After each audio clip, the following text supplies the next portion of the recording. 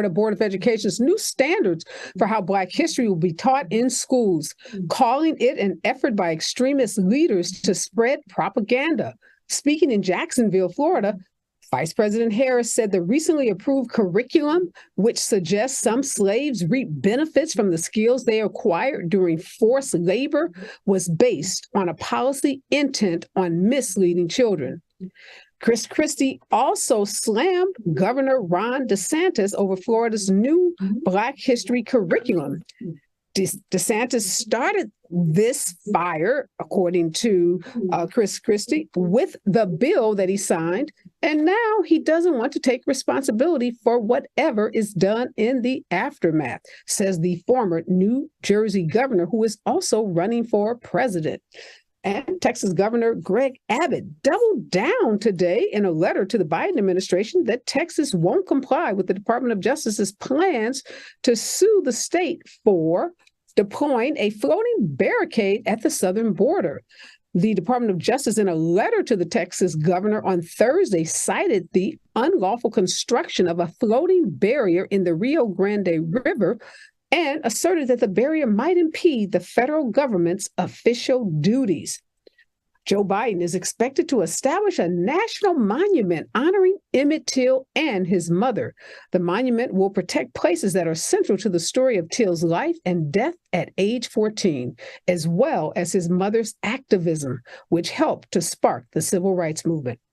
The federal judge presiding over Donald Trump's indictment for allegedly mishandling classified documents has scheduled his trial to start in late May of next year, rejecting claims by the former president's attorney that a fair trial could only be held after the 2024 election, as well as the Justice Department's request to start the trial as soon as December. Well, Twitter is rebranding to a capital letter X. Twitter's owner, Elon Musk, announced the rebrand this weekend. He suggested replacing its blue bird logo with an X, which started showing up on the site overnight. Branding experts and former employees, including some, say that Musk is making a horrible decision with respect to this rebranding. Well, Barbenheimer shattered box office records this weekend. Oppenheimer earned $80.5 million domestically, while Barbie earned $155 million. Now, this was the biggest North American opening for a movie directed by a woman. The twin blockbusters, playfully linked by moviegoers, gave Hollywood its fourth biggest three-day weekend, and the largest not led by the Avengers or Star Wars franchises. Texas A&M University President M. Catherine Banks resigned late Thursday amid the fallout from the mishandled hiring of an African-American University of Texas professor who rejected a watered-down employment offer to revive the school's journalism program. Now, all of this blowback and controversy is because this journalist and a Texas University professor has done extensive research while working for the New York Times on diversity, equity, and inclusion. You'll remember that Texas public universities are preparing to discontinue offices on diversity, equity, and inclusion to comply with a new state law set to go into effect in January. Senate Bill 17, which the legislature passed this year, also bans higher education institutions from requiring DEI statements and even DEI training. Well, you are listening and watching Areva Martin in real time, and I'm your host, Areva Martin. This is your one-stop destination for today's trending news and breaking news, expert analysis, and my unfiltered opinions. In this hour, two superstar contributors are joining me, including a regular on this show, Alan Orr. He's an attorney and founder of Orr Immigration Law Firm, and making his debut appearance on Areva Martin in Real Time is Eric Ward. He is the Executive Vice President of Race Forward. And in hour two of Areva Martin in Real Time, we are talking about the sentencing of the USC dean involved in the Margaret Lee Thomas federal bribery trial. In hour two, we go deeper and bring you the news behind the headlines with newsmakers, thought leaders, people impacted by the news, and the nation's leading experts. We have been the only network in the state of California bringing you gavel-to-gavel coverage of the federal bribery trial of former Los Angeles County Supervisor and Los Angeles City Council member Mark Ridley Thomas. Today, in a downtown federal courtroom, 84-year-old former USC Dean Marilyn Flynn was sentenced. Our justice correspondent, Dion Raymond, was inside that courtroom and will be here in the second hour with our panel of legal experts who have been helping us make sense of everything that's been happening in that trial. Dion will bring us the latest on the sentencing of Marilyn Flynn. We'll talk about what this means for Mark Ridley Thomas and ask the really big question. Did anything today cause Dion or our panel of experts to believe that Mark Ridley Thomas is surely going to face some kind of jail time when he goes before the same judge in August? So make sure you stick around for hour two. But before I bring on my guest, here's what I'm thinking about in real time. Some of you may be familiar with Andy Borowitz. He is a writer, a comedian, a satirist, and actor. And Borowitz is also a New York Times bestselling author who won the first National Press Club Award for humor. He is known for creating the NBC sitcom The Fresh Prince of Bel-Air. And he's also a satirical columnist at the New Yorker. And he writes a newsletter for the New Yorker called the Borowitz Report. And I follow Andy. I read his report.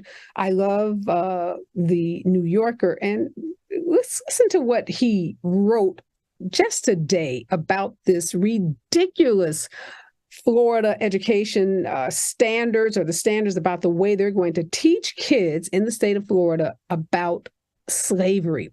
So I'm reading verbatim from the Borowitz Report. And it starts like this. An unskilled Florida man said that he deeply regrets having missed out on the opportunity to be a slave. The man said that his lack of access to enslavement had made his acquisition of essential skills impossible. Every day when I mess something up at work, I wonder to myself, would I be doing a better job if I had been a slave, he said. There's no question that it would have been a game changer for me. The man argued that being barred from forced servitude was a form of white underprivilege, and that Caucasians who suffer from a resulting skills deficit deserve reparations. Something must be done to compensate people like me, this is in the man's voice, who were unfairly denied the chance to be slaves, he said. When I think about the personal benefits I was prevented from obtaining, it makes me furious. Now, again, I started by telling you that Andy writes satire, and he's, making light of, doing what comedians do, making a joke out of this ridiculous and highly offensive and highly dangerous set of rules by the Florida Education Department.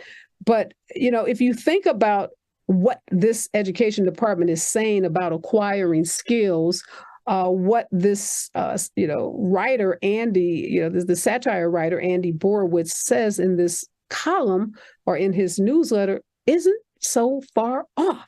Because if slavery was all about acquiring skills, if this was really some kind of job corps or some kind of job training program, then Andy is saying white folks, they got cheated.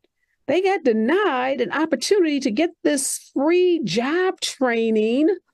I think when you read a column like Andy, it really drives home the point of how dangerous and how ridiculous this policy is, and how everyone, black, white, red, green, brown, doesn't matter what color you are, with ethnicity you are. Everyone needs to be voicing their opposition, their outrage, and sending a loud and clear message to Ron DeSantis in Florida, to his committee that approved these standards, that we will not stand for the rewriting of our origin story. Slavery was not a job training program. The brutality, the inhumanity of slavery, cannot be reduced to someone acquiring a skill that they, according to this ridiculous plan, may have used later in life. If you force me to learn how to be a locksmith, to put, something on the bottom of your horse's feet, or to open doors for you, that does not in any way undermine the rape, the violence, the beatings, the murders, and the forced labor that our ancestors had to endure as a result of chattel slavery in this country. So thank you, Andy, for helping us understand how ridiculous this policy is, and for making light of a very serious situation, because sometimes this stuff is so heavy and so ridiculous and so unbelievable that laughing about it is the way that we keep our sanity. When we come forward, more with today's breaking and trending news with my expert contributors right here on KBLA Talk 1580. Is the pen mightier than the sword?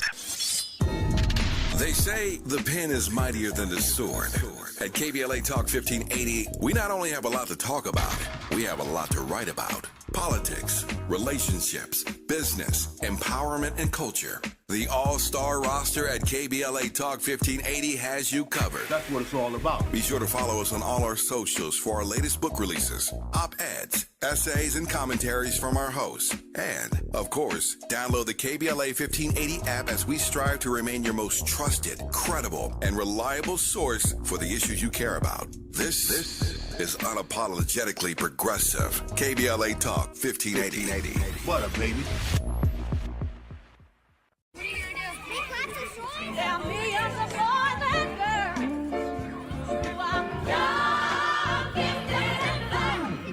I'm young, gifted, and black.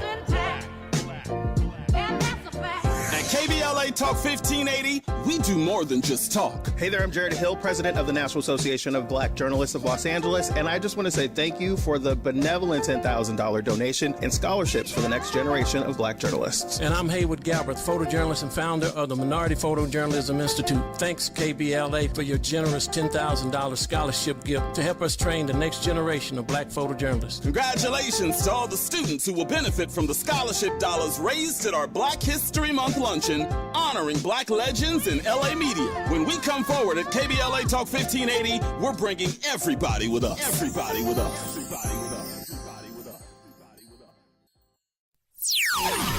Everybody with us. Access granted. In a survey conducted by the public opinion research firm Eviderus, KBLA Talk 1580 consistently emerged as the station of choice for black audiences in the Los Angeles media market and beyond. The survey also revealed that the vast majority of black audiences are concerned about the lack of black-owned media and are more likely to listen to talk radio that focuses on issues that impact the black community. For some reason, the other talk stations haven't quite figured that out. If you think about KFI, well, KFI only has like a 3% black listenership. 3%. So there's a good 97% out there to support a station like KBLA. At KBLA Talk 1580, we've got your black. Your black. Your black.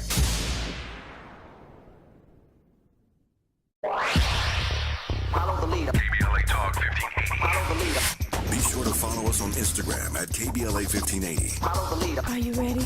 The station leading the way with exclusive interviews, Follow the leader. stimulating conversation, and intellectual discourse that empowers, enlightens, and informs. Follow the leader. Follow the leader at KBLA 1580. We've got a lot to talk about. Keep following the leader. Follow the leader. Follow the leader. Follow the leader. Follow the leader. Follow the leader. Gotta stay fresh, my house shot with a rest bar, shot with a rest bar, shot with a rest bar. Have you visited? We are back, and you are listening and watching Areva Martin in real time, and I'm your host, Areva Martin, and in this hour, we are tracking today's breaking and trending news, and I have two experts here with me in this hour to help us make sense of all of this news. Alan Orr is returning to the show. He's the founder of Orr Immigration Law Firm, and Eric Ward, Executive Vice President of Race Forward, is making his debut appearance on the show. I want to start with you, Alan. So you have Dr. Kathleen McElroy. She is already a tenured professor at Texas A&M University. She's an experienced journalism professor. She's previously worked as an editor at the New York Times. And she turned down this offer to reboot the university's journalism program after all of these shenanigans with her offer. She was originally offered a 10-year track offer that was reduced to a 5-year position, then reduced to a 1-year position from which she could be fired at any time. She was told after this big public signing ceremony where they announced her hiring with all this fanfare, that there were groups outside the university system that weren't happy with issues involving her previous employment and her support for diversity in newsrooms. What is going on in Texas? Because we're so busy, I think, sometimes focus on Ron DeSantis in Florida. We forget about Greg Abbott in Texas and what he has done to dismantle so many important programs like the dismantling of DEI in public universities. And this is an example. Here's this very, very acclaimed journalism professor who, after this, big deal about hiring her to reboot their journalism program, basically says, walks away because of this insulting offer that she has now been given. So I think in the space, she's not the first, and Texas isn't alone in that. There's an educational problem. We saw Professor Hannah Jones also turn and walk away earlier. We've seen other professors go to Howard instead of going to some other institutions. I guess Hannah Jones went there too. So I think the answer is the attack on DEI. As a professional, I'm glad she made that decision, because when someone tells you they don't want you, they don't want you. And if that's not her struggle in her battle, then that doesn't need to be her struggle in her battle. She's come too far to have to prove herself over again, or to risk the opportunity to move there to make them seem like they're doing her a favor. Once again, sort of backing up on that enslavement conversation, that they're doing her some favor as this esteemed writer to come to their institution to make their program work, but their name is what's carrying the bond. So I think it's the appropriate thing. But I think part of the repercussions of this is something that I hope happens both from Texas and Florida. I hope the students stop being allowed to get into college, saying they don't have an appropriate education because they're not exposed to curriculum that everyone else is exposed to. There's deficiency in their learning and their curriculum studies that don't make them equal the matriculation of other students in the educational program. So it's a bizarre way to attack DEI, but it is working in Florida and in Texas. Talk about the Holocaust, but the Jews. Yeah, I want to dovetailing on what you're talking about in terms of this Florida, education committee trying to rewrite the U.S.'s origin story, rewrite the origin story of slavery in this country. Eric, obviously, the vice president came out slamming Florida.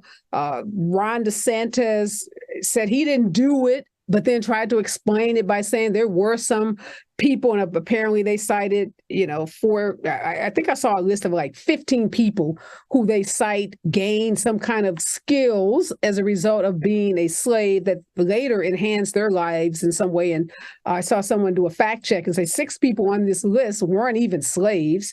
And I'm looking at, someone sent me an Instagram post from a woman who's an African-American woman who's on this committee. And I don't know, this is kind of hard to make sense about what this woman is saying and what she's doing.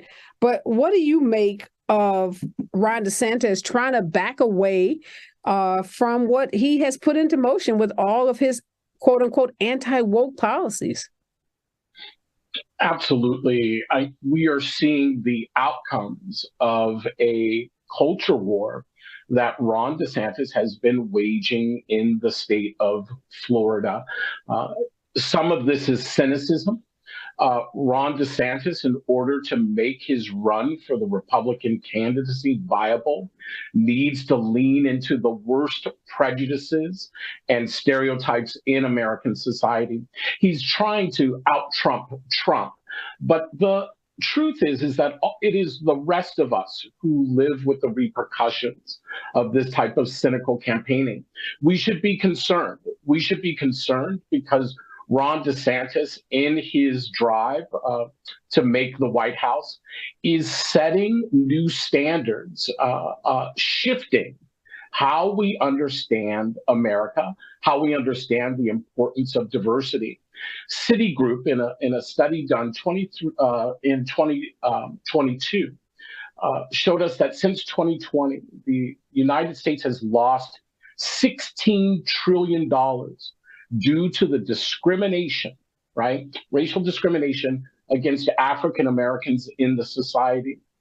This is nearly $1 trillion a year, dollars that can be used for all of our communities in moving us forward together. At the end of the day, Ron DeSantis is being cynical, but who's losing out are students who are seeking education that actually helps them move through a 21st century America, one that is diverse, one that is global. And Ron DeSantis is debasing the idea of education.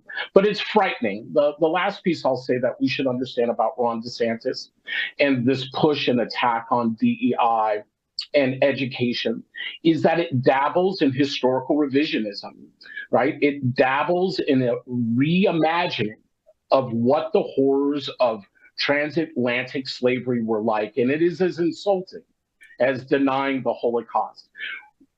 We should be hearing more voices from civil society leaders, business, religious leaders, government officials who understand that this is a moral line that Ron DeSantis and his appointees have crossed. No, absolutely. I agree with you. And I'm a little surprised that we haven't seen more folks coming out slamming these, rules. This woman I was talking about, Alan, her name is actually... Yeah, I know her. Well, for those that don't, her name is Kimberly Daniels. She is a Democrat, actually. She's a Jacksonville Democrat on this board. She's a DeSantis appointee. She's distancing herself too, saying that she was not consulted, and people went and found this sermon that she gave where she says, and that's what's making its way around the internet in this sermon, where she says, thank God for slavery. And she says, but for, slavery, she may have been in Africa somewhere worshiping a tree. And she's saying that people are taking that out of context. She was preaching that 15 years ago as an evangelist, was really talking about overcoming obstacles and as a believer in Jesus Christ, blah, blah, blah, blah, blah. What's up with Miss Daniels? Let's be fair. I mean, she even said at this the time, 15 years ago. Yeah, even at the time she said it, there's a deficiency, right? So I can't even forgive it was 15 years ago. I mean, worshiping trees is worshiping trees. It's bizarre. It's crazy. It's lack of understanding of what the indigenous cultures of Africa involved in the education and the creativity that was there way before anyone else came and tried to enslave people. So that's one of the fictions. But I do, because I love law and order, I want to put the fingerprints in the right place. The attack on DEI is the Supreme Court. What the Supreme Court just did is what cleared the way for all this trouble. And that's why you see all these corporations dumping all these DEI professionals and people revising their resumes. So the blood is on the hand of the Supreme Court for not meeting the standards of what the Constitution said and what Justice Ketanji Brown sort of noted clearly in her dissent, saying, listen, this was always about race. If the problem was race, the cure also includes race. So let's stop saying that we live in a colorblind world. And as long as the Supreme Court is what the Supreme Court is, we're just going to see this happen more on a larger level, because there is no barricade to say that's not okay anymore, because we're past all those things now, right? And so that's really the problem. But, this Texas law that prohibits the teaching of DEI in its public universities, that was enacted even before we got the Supreme Court's decision on affirmative action. So you have governors like Greg Abbott who were going after DEI, going after the training, going after, folks who, made DEI statements to enhance their, or, to just be included in their applications for these public universities. So this is all a part of a larger strategy by the right. It's been in place for decades now to enact their, political will, whether it's around women's reproductive rights, whether it's around race and, eliminating affirmative action or eliminating DEI. And you're right, the Supreme Court is giving them the green light to go ahead to pass these laws at the state level, signaling to them if they are challenged and if they make their way to the Supreme Court, we got your back. We're going to... Many of them had already been challenged. Many of them, suits were already pending in Florida and Texas against these DEI rules. And there were already cases behind the Supreme Court cases rules. So they already knew they were coming. But I agree. Yeah. Let's talk quickly about Governor Abbott. He seems to think that he's in the United States of Texas, where he doesn't have to comply with the rules and laws that govern every other state of this country, that somehow Texas is its own island, as evidenced by this immigration policy where he's just doing his own thing. Federal immigration law be damned. So help us understand, what is Abbott doing at the border, and how is it thwarting the policy of the U.S. government, who was supposed to be in charge of immigration and not individual states? So this is the attack that's happening on federalism. And as lawyers, I hope we watch this over and over again. We've constantly seen between both parties, once there's a federal action, a state sues and stops the federal government from doing something after there was a national election. And Abbott has been baiting the president to sue Texas for months with the busing of individuals, having his own Lone Star State border enforcement, right? All of these are ploys to get into that argument to see where the courts will lead on these sort of arguments about border protection. While Texas does have some sovereignty, it is not part of its individual country. It is part of the United States. And border protection and entry to the United States is linked to the federal government. Texas does not give passports, and they do not give visas. End of conversation with regards to what their controls are in international wars. Nor do they enter treaties, right? That's part of our Constitution. That's a very clear thing.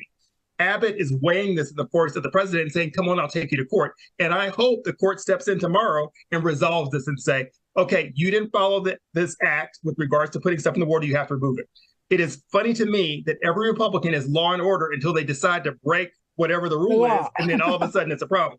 Right, they're law and order until the law applies to them, and then they are about breaking every law that they don't like or that doesn't fit their political agenda. When we come forward, we're going to talk about this national monument honoring Emmett Till, and then we're going to talk about the folks that have made the cut to be in the Republican presidential debate that's coming up in a couple of weeks. You'll be surprised to see who's on the list and who's off the list. Stay with us, KBLA Talk 1580. If you're not listening to Tavis Smiley weekday mornings on KBLA Talk 1580, you're missing out. Everybody wants to talk to Tavis. That's one reason, by the way, why I'm so thrilled to have this conversation with you today. The three people I always most hoped would interview me were Phil Donahue, Studs Terkel, and Tavis Smiley. Donahue's retired, Terkel's deceased, so this is a real thrill for me. And the reason why I have such respect for what you do is you have a historically informed conversation of depth and detail. Be sure to tune in to Tavis Smiley weekday mornings, 9 a.m. to 12 noon on your unapologetically progressive radio station, KBLA Talk 1580. KBLA Talk 1580. Is the pen mightier than the sword? They say the pen is mightier than the sword. At KBLA Talk 1580, we not only have a lot to talk about, we have a lot to write about. Politics, relationships, business, empowerment, and culture. The all-star roster at KBLA Talk 1580 has you covered. That's what it's all about. Be sure to follow us on all our socials for our latest book releases, op-eds, essays, and commentaries from our hosts. And, of course, download the KBLA 1580 app as we strive to remain your most trusted, credible, and reliable source for the issues you care about. This is unapologetically progressive. KBLA Talk 1580. What up, baby?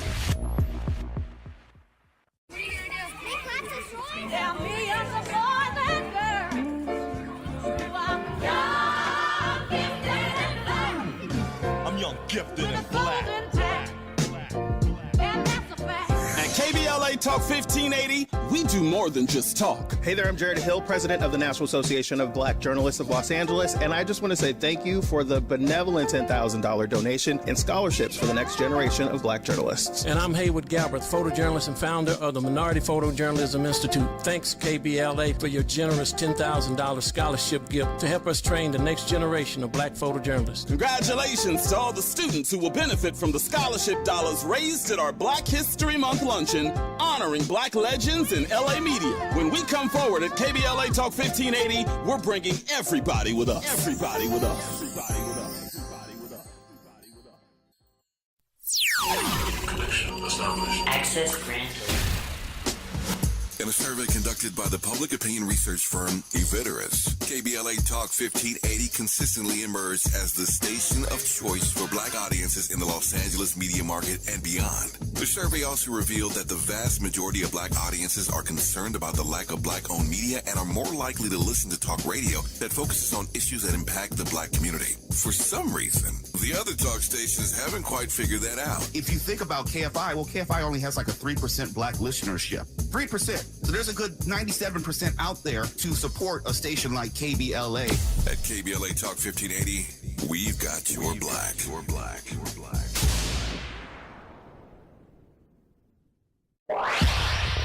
Follow the leader. KBLA Talk 1580. Follow the leader.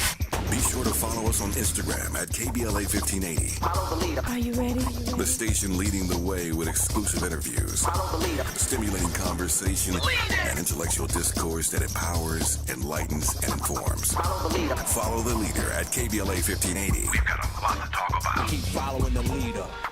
Follow the leader. Follow the leader. Follow the leader. Follow the leader. Follow the leader.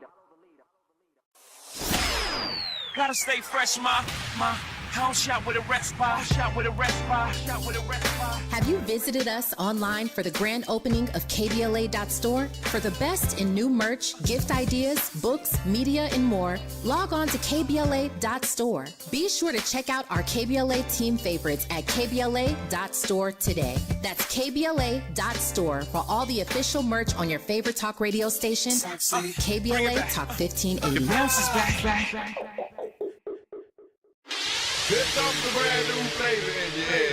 Race, social justice, sports, politics, art, music, culture. We do it all on the D.L. Hughley Afternoon Show. If you're not tuning in, then you are definitely missing out. It's the D.L. Hughley Afternoon Show weekdays from 2 to 4 only on unapologetically progressive KBLA Talk 1580. Like a brand new flavor in your head. This is a rather bold pronouncement, but we think we can back it up. If you come across a radio frequency anywhere putting more variety and more diversity on the air than KBLA Talk 1580, we sure would like to hear about your discovery. You got to have vision. You can search, but we are confident that you won't find more shows covering more topics, hosted by a more diverse and inclusive lineup of talkers than the squad we have assembled here at KBLA Talk 1580. This is the time, brothers. This is the time. We've got something for everybody. That's right. Health and healing, history and humor, issues and events, empowerment and entertainment, all in one station. What's really going on? Free enterprise, you dig? KBLA Talk 1580. Yes. Oh yeah. We got a lot to talk about. King Kong ain't got on me. If you're not listening to Tavis Smiley weekday mornings on KBLA Talk 1580, you're missing out.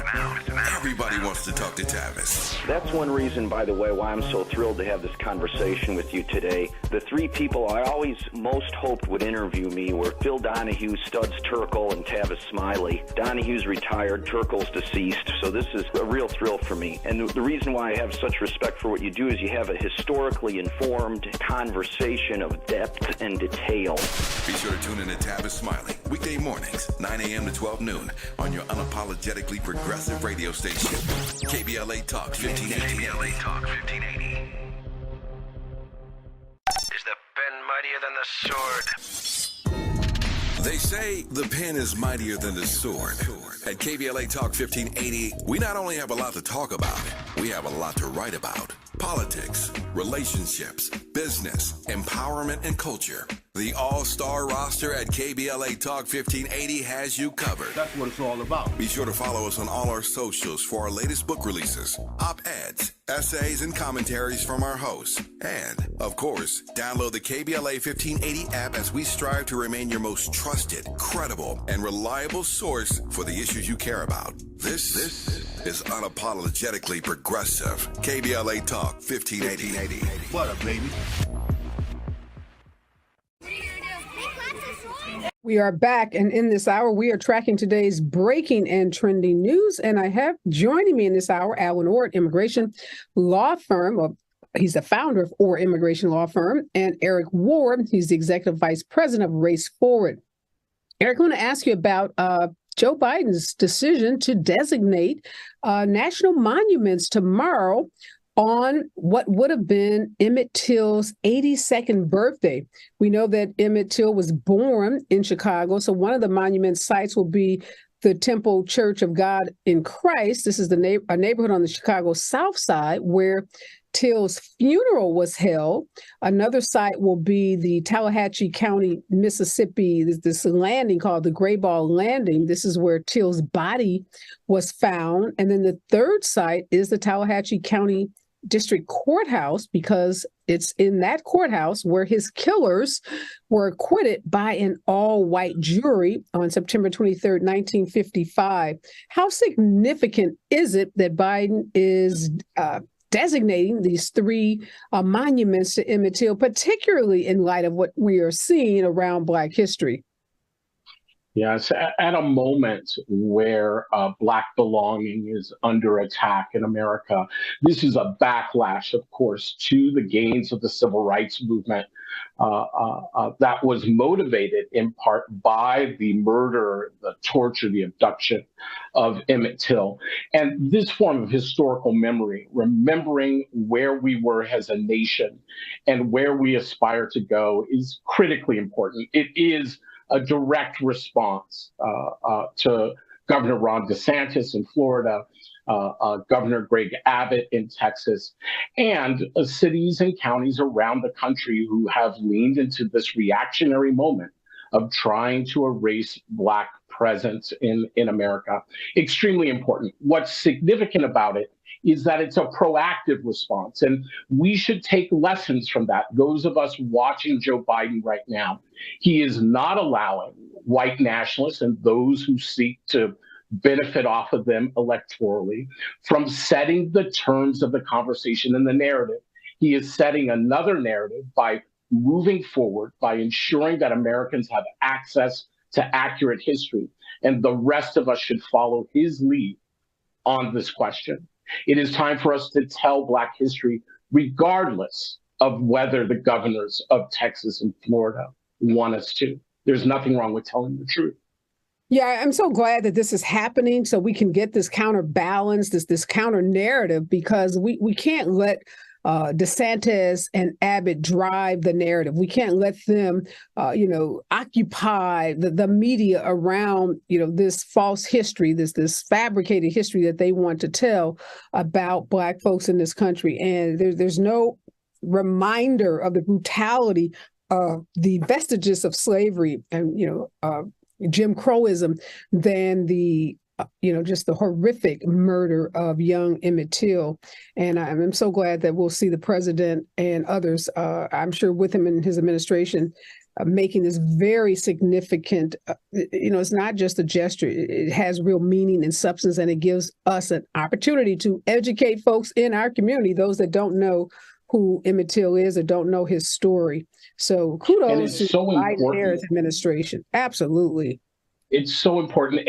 And to remember that these types of lynchings are still occurring, right, in this country. We can't forget that on July 4th, John Mike Roney Jr. was killed outside of a Kansas City convenience store, stabbed by an individual, right, who used racial rhetoric, right? These lynchings are still occurring, both at the hands of the state and by individual vigilantes. And in the case of this Kansas City story, the individual who was involved in the attack was released, right, was only charged with disturbing the peace. These memorials are a reminder that we still have work to do, that these things are still happening around us. No, excellent point. I want to shift gears for a minute, Alan, and talk about who made the list to be on that stage at the first Republican presidential debates. That's coming up very, very quickly. August, as you know, is around the corner, and they will host their first debates. Fox is hosting it in August, and they set some requirements. The Republican National Committee, the RNC, set the requirements for what each candidate had to do in order to qualify.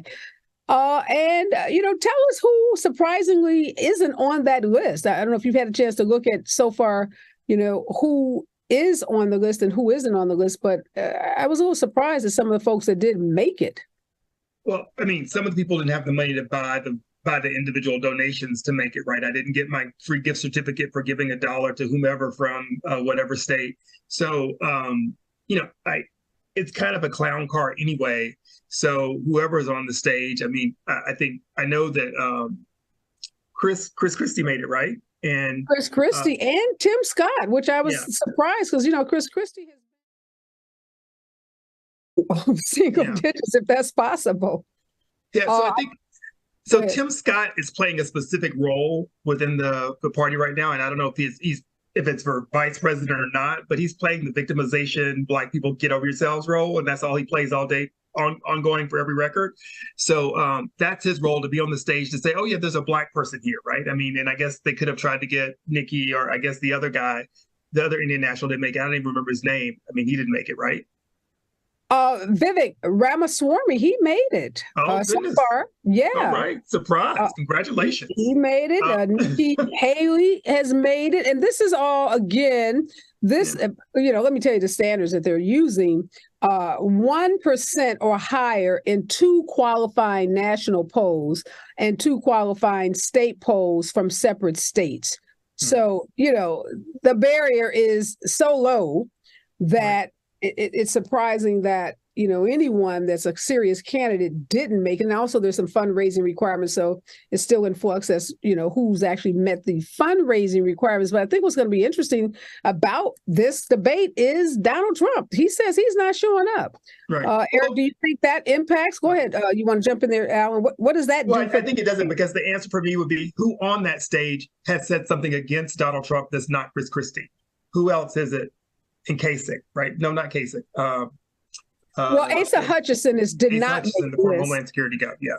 Yes, he's not on the list so far. So he's one of the names, well-known names that didn't make the list. But what do you think, Eric, about Donald Trump saying these are a bunch of, B list candidates, B, C, and D list candidates. I'm an A-lister, so I don't even want to be in the same room, on the same stage, in the same building with these losers. So he says, I'm not coming. I'm going to be someplace doing something that, what winners do. What do you think happens if he doesn't show up?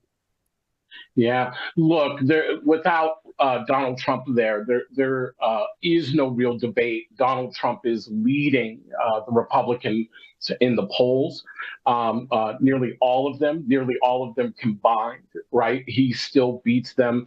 The second is the Republican Party hasn't distanced itself from Donald Trump.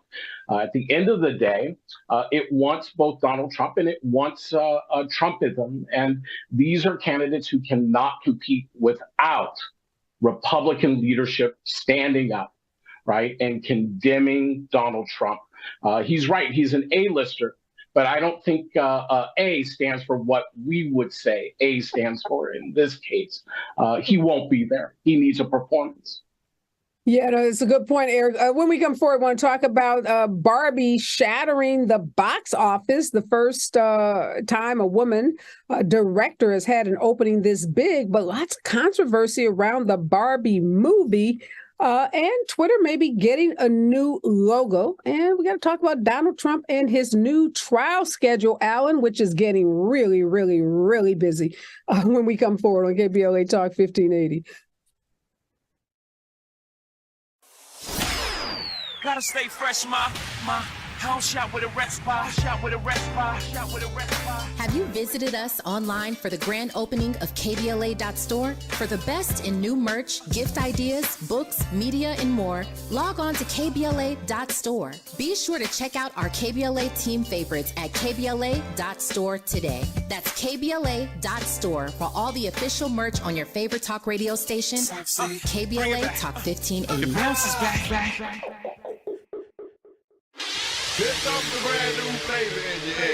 Race, social justice, sports, politics, art, music, culture. We do it all on the D.L. Hughley Afternoon Show. If you're not tuning in, then you are definitely missing out. It's the D.L. Hughley Afternoon Show, weekdays from 2 to 4 only on unapologetically progressive KBLA Talk 1580. Like a brand new flavor in your head.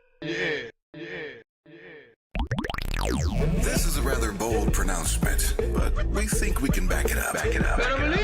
If you come across a radio frequency anywhere putting more variety and more diversity on the air than KBLA Talk 1580, we sure would like to hear about your discovery. You got to have vision. You can search, but we are confident that you won't find more shows covering more topics, hosted by a more diverse and inclusive lineup of talkers than the squad we have assembled here at KBLA Talk 1580. This is the time, brothers. This is the time. We've got something for everybody. That's right. Health and healing, history and humor, issues and events, empowerment and entertainment, all in one station. What's really going on? Free enterprise, you dig? KBLA Talk 1580. Yes. Oh yeah.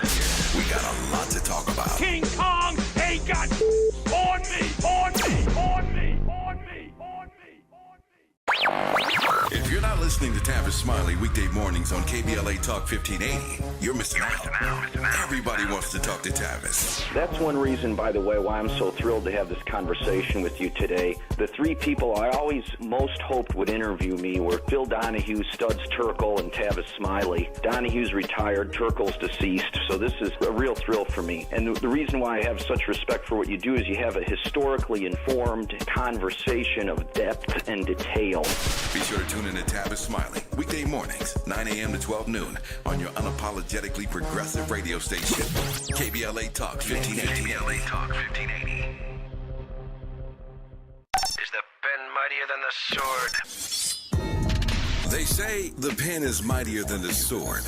At KBLA Talk 1580, we not only have a lot to talk about, we have a lot to write about. Politics, relationships, business, empowerment, and culture. The all-star roster at KBLA Talk 1580 has you covered. That's what it's all about. Be sure to follow us on all our socials for our latest book releases, op-eds, essays, and commentaries from our hosts. And, of course, download the KBLA 1580 app as we strive to remain your most trusted, credible, and reliable source for the issues you care about. This is unapologetically progressive. KBLA Talk 1580. What up, baby? Alan, you and I know what it's like to have a busy trial schedule. So usually when you think of busy trial schedules, you're thinking about trial lawyers who might have multiple cases for different clients that have been set for trial in different courtrooms involving different issues, and they may all be back to back to back. Well, Donald Trump is not a trial attorney, yet he has a very, very, very crowded trial schedule. Now, some folks are trying to spin what the judge in Florida did by setting the classified documents trial in May of next year is somehow a victory for Donald Trump. Others are saying it's a victory for the Justice Department. It seems like to me the judge just split the baby. She didn't go with December, but nor did she go with after the 2024 election. But even before we get to May, Trump has a trial scheduled to start in October, and that's the trial involving the case brought against his corporation for fraud by Letitia James in New York.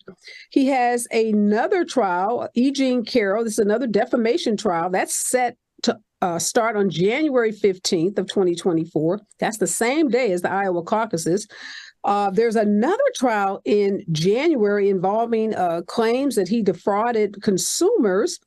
And then we get to presumably this May trial, and that's not including what could be a trial in the federal indictment for interfering with the peaceful transfer of power or whatever finding Willis may bring in Georgia. So how does one defendant I don't know how he's going to do it. I don't know I don't think he even realizes what he's defending at what time. So it's just going to be impossible. He has a small lawyers. I heard that he can't pay his legal bills at the current point because it's just so many lawyers in so many different spaces.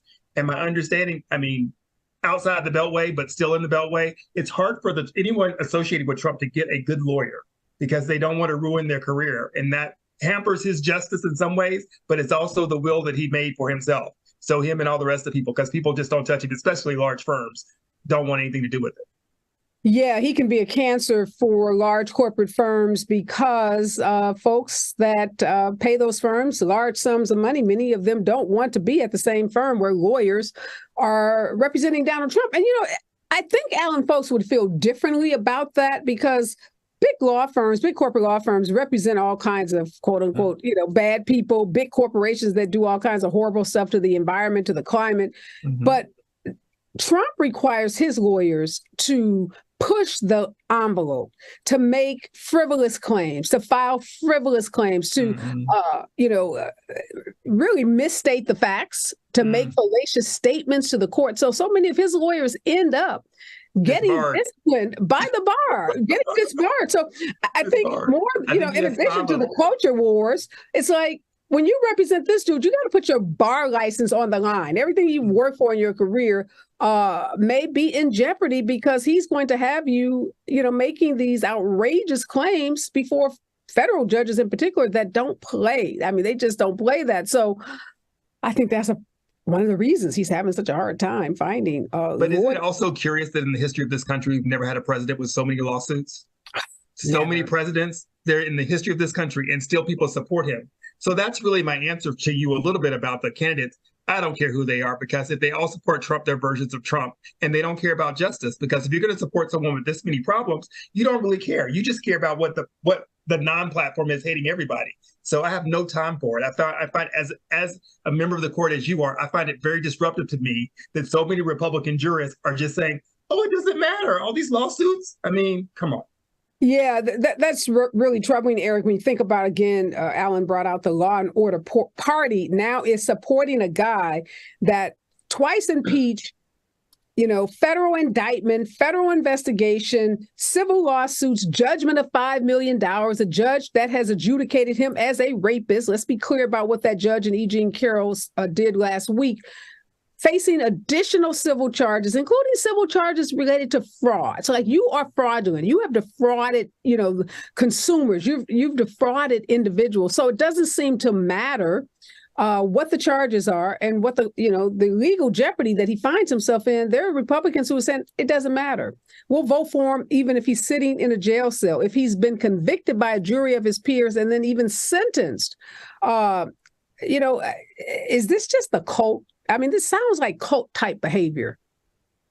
It is cult-like behavior, and it's a might is right mindset. It's the idea that power is all that matters. It's not about the rule of law, right? It's not about building community. It is about taking care of number one, and Donald Trump has shown himself to be an expert at that over his life. And it has caught up with him, and he is betting, right? In this most recent situation, right? They tried to delay the case, right? He argued that it shouldn't take place until after the elections. It is his bet that he will be the president of the United States and therefore will not have to be held accountable. This is a long game by the Trump campaign. We need to pay attention. We should pay attention to the fact that even Trump appointed judges like Eileen Connors, right, are calling the question on Donald Trump.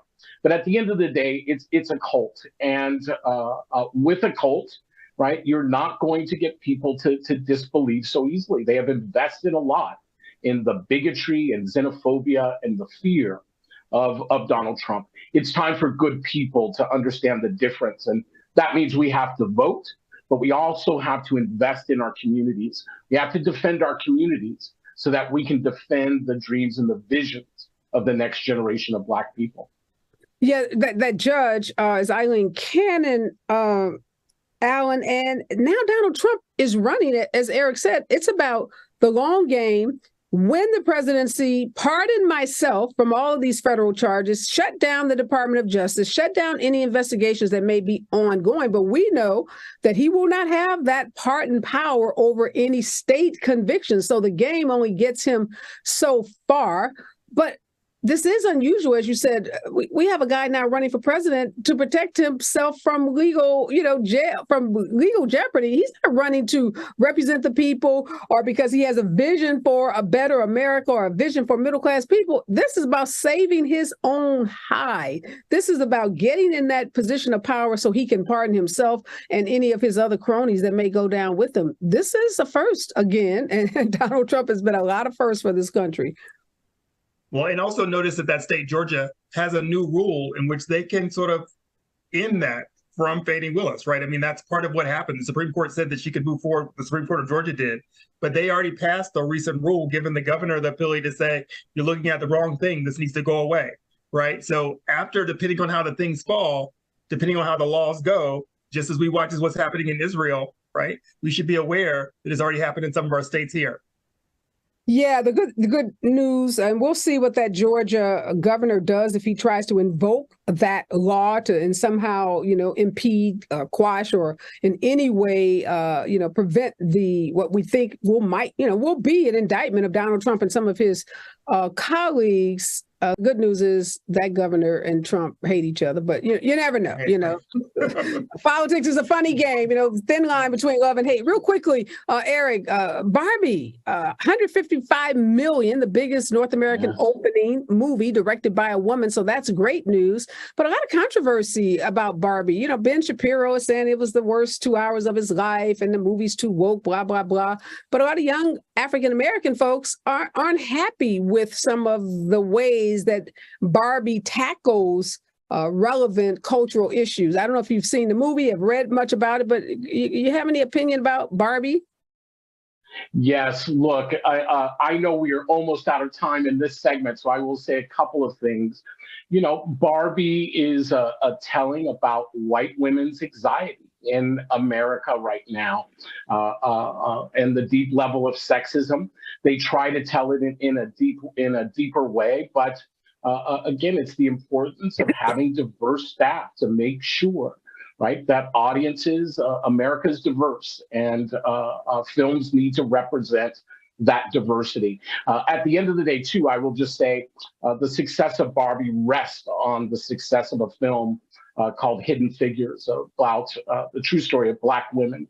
It is the success of that film that opened up the pathway to the success of Barbie this year. Excellent point. And, I don't know, Alan, real quickly, did you see Barbie? I have an opinion about it. They cloned Tyrone. I'm Black, HBCU all the way. Okay, you can come back for that one because I got through 30 minutes of your boy and I just couldn't. The Black exploitation stuff was killing me. I was like, okay, I can't anymore with the so pimp. Good. You have to finish it. You just have to live through it. It's worth it. It's educational. All right, because you said that, I did go back and watch Beef because a friend told me I needed to get through that because I couldn't get with Beef either. But I'm going to go back and give They Clone Tyrone another shot. It won't be Friday night. I won't be sleepy. And you and I'll have a conversation about it, but glad to see, African-American folks working. That's a good thing, particularly in light of this strike, but we're out of time. Always a pleasure to see you, my friend, Alan. Thank you so much, Eric, for making your debut appearance right here on Areva Martin in real time. And when we come forward, my justice correspondent, KBLA justice correspondent, Dion Raymond is here, and my legal panel. We're going to break down what happened inside that federal courthouse downtown Los Angeles today when the USC Dean Marilyn Flynn was sentenced. And what does this mean for former LA City Council member Mark Ridley Thomas? So stay with us right here on KBLA Talk 1580. Thanks, guys. Appreciate you. Thanks so I'm going to try, Alan, on that movie, but it was killed. So good. Follow the leader. KBLA Talk 1580. Follow the leader.